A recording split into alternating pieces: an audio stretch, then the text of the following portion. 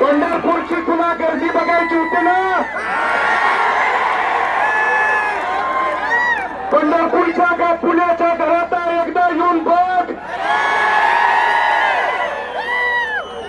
आत्मीयता काय असते, प्रेम काय असतं, जिव्हाळा काय असतो, एकदा येऊन बघ.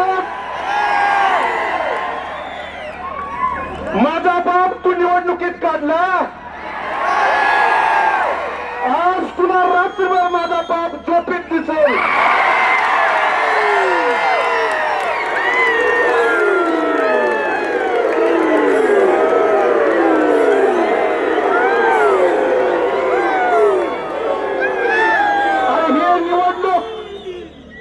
विकासाच्या मुद्द्यावर घेऊन जावा म्हणून पहिल्या दिवसापासून सांगत होतो, पण कधी माझ्यावरती, काकांवरती, दिलीप बापूवरती, अनिल दादावरती, कधी माझ्या पत्नीवरती खालच्या पातळीला टीका केली, आम्ही सहन केली.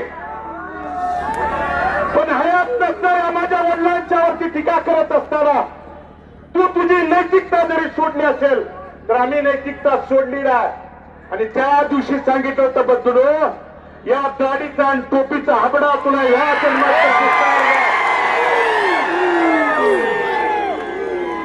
21ला पोट निवडणुकीत रणांगणात पळून गेला, 24ला देखील येतो म्हणून पळून गेला. मला या शिवतीर्थावरून तुला खुला मारला. 2025 4 वर्ष तुझ्याकडे, तू तुझ्या बाप त्याची खरी औलाद असेल तर 19ला निघून जाते.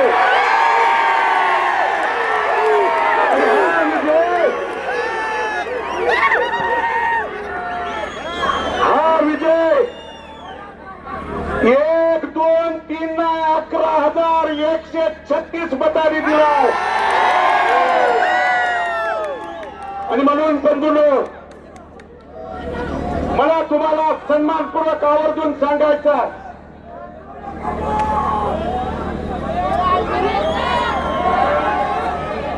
पाच वर्षाच्या प्रतिकूल परिस्थितीत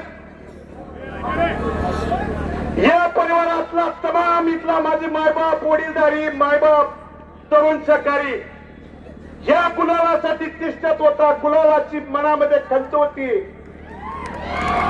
पण बाळगणाऱ्यांच्या आशीर्वादानं, तुमच्या सगळ्यांच्या सहकार्यानं, पाठिंब्यानं आज पडलेला गुलाल, या गुलालाची आणि बाळगणाऱ्याची शपथ घेऊन सांगतो, भविष्य काळात जाईल तिथे जर गुलाल घेतला नाही तर बाळगणाऱ्याच्या त्या ठिकाणी नाव सांगणार आहे. आणि मला या 5 वर्षाच्या काळात इथल्या तमाम मायबापच्या त्याला वडीलधाऱ्यानं, तुमच्या सगळ्यांच्या सहकार्यानं, आशीर्वादानं मी या प्रतिकूल परिस्थितीत अनेक त्या ठिकाणी माझ्यावरती आरोप झाले.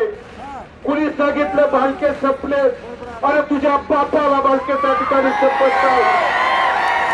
आणि म्हणून मी इथल्या पंढरपूर शहर आणि तालुक्यातल्या आणि मंगळवेढा तालुक्यातल्या देखील पंढरपूर मधली निवडणूक झाली. बंधूंनो, इथं गप्पसल वाटलं, मंगळवेढ्याला आला आणि मंगळवेढ्याला काय म्हणला, पंढरपूरच्या निवडणुकीचा विजय म्हणजे काळ्या दगड्यावरची पांढरी रेघ आहे. ही तुझा काळा दगड आणि ही तुझी पांढरी रेघ.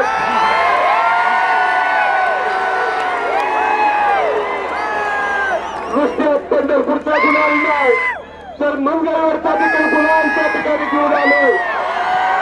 आणि इथून पुढच्या काळात जिल्हा परिषद असेल, पंचायत समिती, पण बंधूंनो, खऱ्या अर्थानं अंतकरणपूर्वक, ऋणपूर्वक कुणाचं ऋण व्यक्त करायचं असेल तर भगीरथ या 5 वर्षात लढला, त्या लढायला बळ इथल्या खऱ्या अर्थानं उपस्थित माझ्या मायबाप, तरुण सहकार्यांनी, माता भगिनींनी आणि सहकार्यांनी दिलं.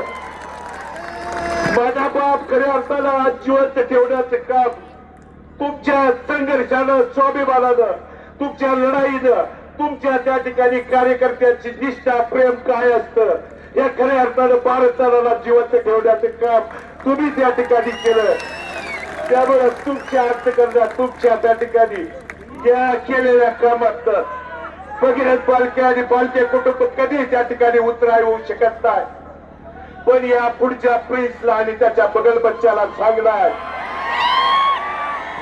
11,000 अधिक मताधिक्य पंढरपूर शहरातल्या मायबावल्याने मायबाप जनतेने दिलंय. इथून पुढे तर त्या ठिकाणी सूडबुद्धीचं राजकारण करायचं बंद कर. कारण बंधूंनो इलेक्शन मध्ये त्या ठिकाणी सरकार माझा म्हणून हाताशी धरून एक गुन्हा केला, दुसरा त्या ठिकाणी केला. काल परवा तुम्हाला सांगायचा प्रिन्स चार्जच्या घरातल्यानी माझ्यावरती तिसरा गुन्हा दाखल केलाय. काय केला? यांची त्या ठिकाणी मी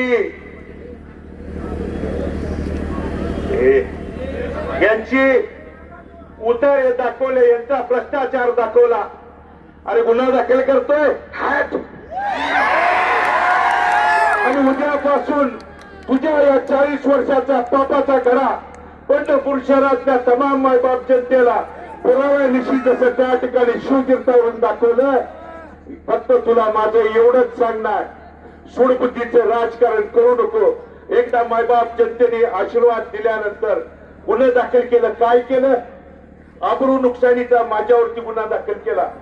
अरे तुला जेवढी पुडी आबरू राहिली ती या निवडणुकीत 11,136 मतानं मताधिक्य दिल्यावर तुला आबरू तर शिल्लक आहे का? एकदा तपास.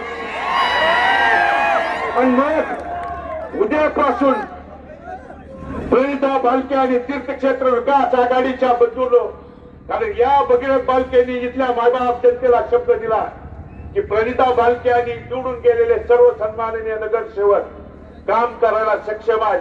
तिच्या निर्णयात तिच्या कोणत्याही त्या ठिकाणी नगरपालिकेच्या अधिकारात भगीरथ बालके त्या ठिकाणी हस्तक्षेप करणार नाही.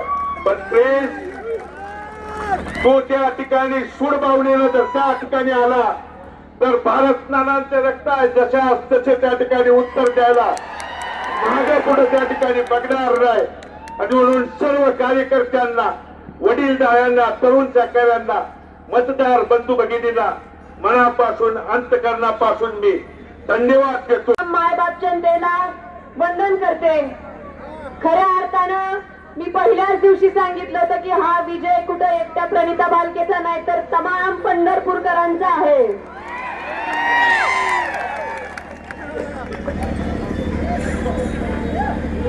नानांच्या पाठीमागं मला कधी तुम्ही सगळ्यांनी एकटं पडू दिलं नाही.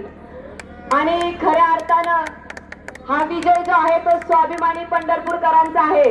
त्याचबरोबर माझ्या खांद्याला खांदा लावून लढलेल्या माझ्या प्रत्येक कार्यकर्त्याचा आहे. त्याचबरोबर पंढरपूर शहर असू द्या, ग्रामीण असू द्या, मंगळवेढा शहर असू द्या, ग्रामीण असू द्या, पंढरपूरच्या कवठोळीच्या पासून ते मंगळवेढ्याच्या पडोकरवाडीच्या टोकापर्यंत प्रत्येक कार्यकर्त्यांना माझ्यासाठी इथं लढा उभारलेला आहे. आणि हा जो विजय आहे तो मी सर्व पंढरपूरकर आणि तसंच माझ्यासोबत काम करणाऱ्या तमाम माझ्या कार्यकर्त्यांना समर्पित करते. आदरणीय नानांना समर्पित करते. नानावर प्रेम करणाऱ्या प्रत्येक वडीलधारी माणसाला, माझ्यावर विश्वास ठेवून कुठेतरी समोर न येता सुद्धा माझ्या पाठीवरती भक्कमपणे आशीर्वादाचा हात ठेवणाऱ्या प्रत्येक ज्ञात अज्ञात व्यक्तीला हा माझा विजय समर्पित करते. आणि उद्यापासून तुमची लेक म्हणून, तुमची सेवक म्हणून 24 तास तुमच्या सेवेसाठी मी सक्षम आहे हा शब्द मी तुम्हाला देते.